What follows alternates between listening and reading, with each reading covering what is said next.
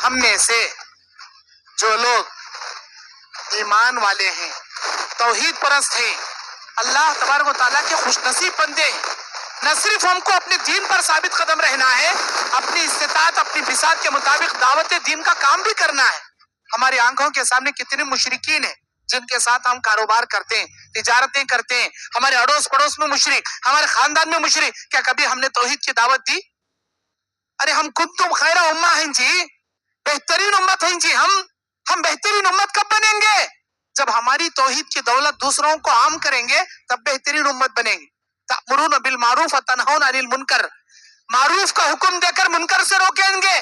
معروف کا حکم دینا مطلب توحید کی دعوت دینا، اللہ کے نبی کی اطاعت کی دعوت دینا، کتاب و سنت کی دعوت دینا، یہ معروف کی دعوت ہے۔ منکر سے روکنا مطلب بدعت سے، شرک سے، ہر قسم کے رسم و رواجوں سے، گندگی سے روکنا، اسے بولتی۔ کیا ہم یہ کر رہے ہیں؟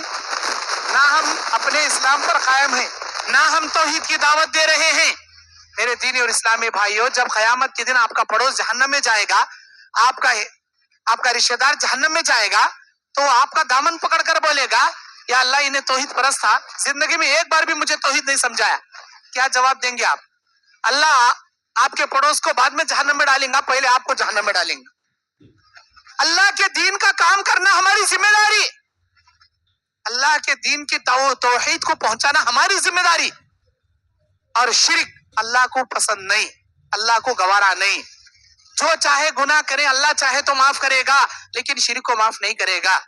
حضرت سعد رضی اللہ تعالیٰ عنہ کہتے ہیں، اللہ کے نبی، بخاری کی روایت، اگر میں اپنی بیوی کو کسی غیر مرد کے ساتھ دیکھ لوں، اپنی تلوار سے 2 ٹکڑے اس کے کر دوں گا، اس غیر محرم کے بھی، میری بیوی کے بھی، بغیر سوچے سمجھے ایک جھٹکے میں 2 تلوار سے دونوں کی گردنیں اڑا دوں گا۔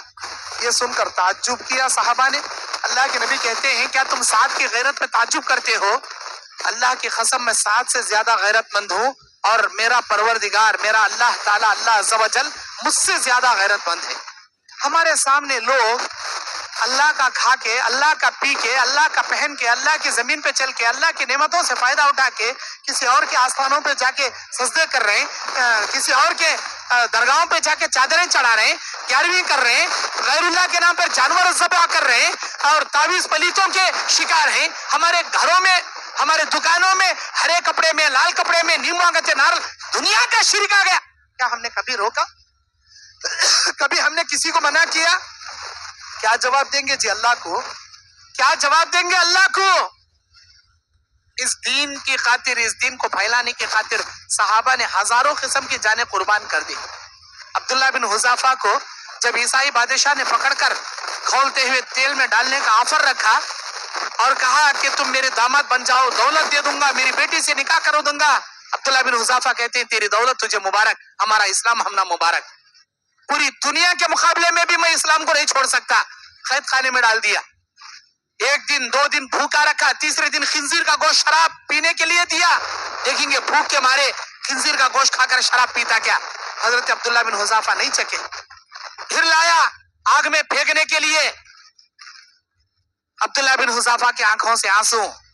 عبداللہ بن حذافہ کہتے ہیں کہ اگر اللہ تبارک و تعالیٰ میرے جسم میں 100 جانیں رکھا ہوتا، 100 کے 100 اس دیگ میں ڈال دیتا۔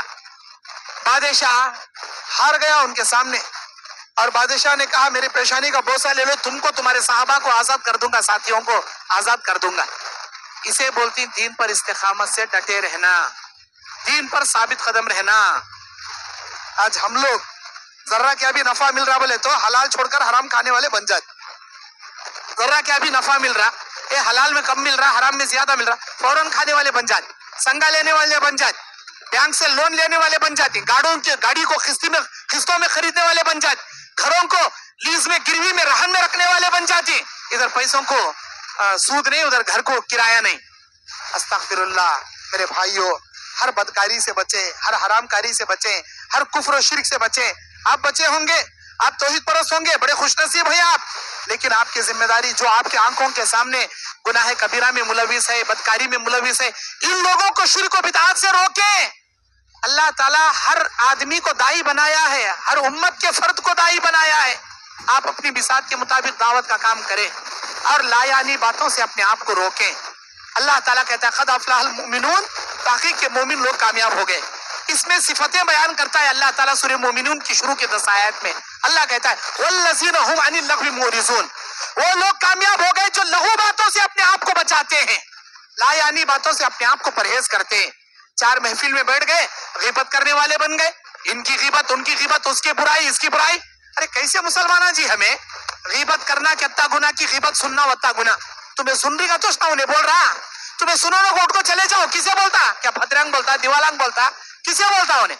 میرے بھائیو، غیبت نہیں کرنا، لایانی باتوں کے پیچھے نہیں پڑنا، کسی کی برائی نہیں کرنا، کسی کی جاسوسی نہیں کرنا، کسی کو برے القاب سے نہیں پکارنا، ہر کسی کے لیے کشادہ ذہن رکھنا، ہر کسی کے لیے کشادہ دل رکھنا. اللہ کے نبی علیہ السلام بیان فرماتے 3 لوگوں کی دعائیں، کوئی نماز کوئی عبادت اللہ تعالیٰ قبول نہیں کرے گا، اس کی کوئی نماز کوئی عبادت اس کے سر کے اوپر بھی نہیں جائے گی. ایک بھگوڑا غلام جو اپنے مالک کو دھوکہ دے کر بھاگ جائے، دوسرا ایسی عورت جو اپنے شوہر کی نافرمانی کرے جب تک کہ اپنے شوہر کی اطاعت کر کے اسے خوش نہ کر دے، اور تیسرا ایسا مسلمان جو اپنے مسلمان بھائی سے 3 دن سے زیادہ باتیں ترک کر دے. ذرہ کیا بھی ہو گیا، دل میں نفرت رکھے، کینہ رکھے، باتیں چھوڑ ڈالی. اللہ کے نبی کہتے ہر پیر و جمعرات اللہ کے پاس دربار میں سارے بندوں کے اعمال پہنچائے جاتے ہیں. اللہ ہر ایک کی مغفرت کرتا، لیکن ان 2 مسلمانوں کی مغفرت نہیں کرتا جو آپس میں کینہ کپٹ رکھے اور دنیا کمانے کے پیچھے پڑی. ہمیں دنیا ہونا، ہم نہ دنیا کی موج مستی ہونا. ارے دنیا کا سب سے بڑا عیش پرست انسان کو قیامت کے دن جب جہنم کا غوطہ لگا کر اللہ پوچھے گا کہ تارے موج مستی کیا دنیا میں، ایک جہنم کا غوطہ پوری دنیا کی موج مستی کو بھلا کے رکھ دے گا.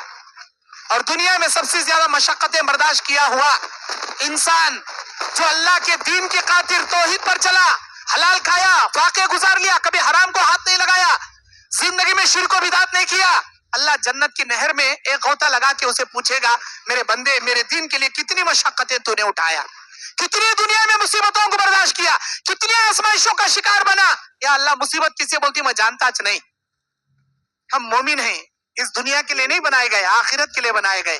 ہم کو آخرت کے لیے جینا ہے، اپنے دین پر ثابت قدم رہنا، ہمیشہ نمازوں کی پابندی کرنا ہے، ہمیشہ حلال کمانا ہے، ہمیشہ حرام سے بچنا ہے، ہمیشہ سچ بولنا ہے، ہمیشہ جھوٹ سے بچنا ہے.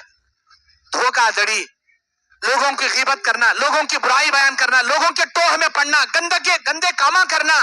اچھے مسلمان بنو، ایک دوسرے کے لیے فائدہ مند مسلمان بنے رہو. اپنی زبان سے اپنے ہاتھوں سے کسی کو تکلیف نہ پہنچاؤ، چاہے اڑوس ہو، چاہے ماں باپ ہو، چاہے بیوی بچے ہو، چاہے اپنے رشتہ دار ہو، ہر ایک کے ساتھ حسن سلوک کیا کرو، رشتہ داریوں کے ساتھ حسن سلوک کیا کرو، امانت میں کبھی خیانت نہ کیا کرو. اللہ کے نبی کہتے قیامت کے دن جب پل صراط سارے انسان سارے جنات پار کریں گے، کتنا بڑا پیر رہندے، پیغمبر رہندے، ولی رہندے، نبی رہندے، چاہے انسان رہندے، جنات رہندے، مومن رہندے، مشرک رہندے، ہر ایک کو پل صراط پار کرنے کے بعد ہی چاہے تو جنت یا تو جہنم میں رخ کرنا. یہ پل صراط کے دائیں بائیں 2 چیزیں کھڑی ہو جاتی ہیں، امانت ایک رشتہ داری. اگر دنیا میں امانت میں پکا رہا، رشتہ داری میں پرفیکٹ رہا، یہ 2 چیزیں اسے سہارا دے کر پل صراط پار کرا دیں گی، بخاری کی حدیث ہے. اگر انہیں دنیا میں امانت میں خیانت کرتا رہا، رشتہ داروں کے ساتھ برا سلوک کرتا رہا، وہ کبھی پل صراط پار نہیں کر پائے گا. سادہ نامی کانٹے اچک کر پکڑ کر جہنم میں اسے گھسیٹ لیں گے. میرے دین